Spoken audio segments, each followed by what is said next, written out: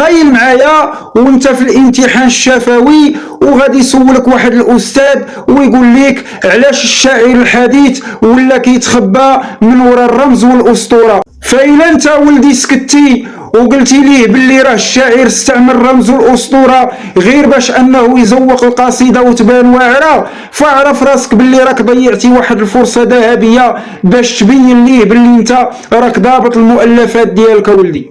واللجنه مني كطرح عليك سؤال من هذا النوع راها باغا تمتحن الفهم ديالك، واش انت فهمتي كتاب ظاهره الشعر الحديث ديال احمد المعداوي المجاطي ولا ما فهمتيش. والنقطه الاساسيه اللي خصك تكون عارفها ولدي باللي راه الشاعر المعاصر من بعد النكبه والازمات اللي عاشها العالم العربي راه حس باللي اللغه العاديه واللغه المباشره ولات عاجزه تماما على انها تعبر على الحجم ديال المعاناه ديالو وعلى الاغتراب اللي هو كيعيشو. داك الشيء علاش الشاعر هرب للرمز والاسطوره.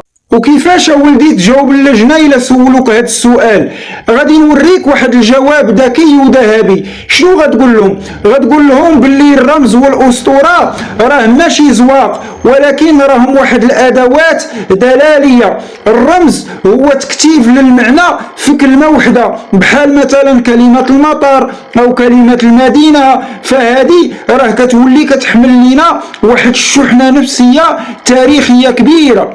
اما بخصوص الاسطوره بحال مثلا تموز او عشتار او سيزيف فهذه راها استدعاء لواحد المجموعه ديال القصص والتجارب الانسانيه العميقه وضفها لنا الشاعر. علاش؟ باش يعبر لنا على ثنائيه الموت والانبعاث، يعني راه غادي يموت الواقع المرير وينبعث لنا واحد الواقع جديد فيه واحد الامل. وكون على يقين ولدي باللي غادي تعطيهم هذا الجواب وتربط لهم الرمز والاسطوره بتجربه الموت والانبعاث والغربه والضياع اللي هضر عليهم المجاطي في الكتاب ديالو، راه اللجنه هنا كتعرف باللي راه جالس قدامها واحد الدماغ كيفكر ماشي غير كاسيطه كتعرض.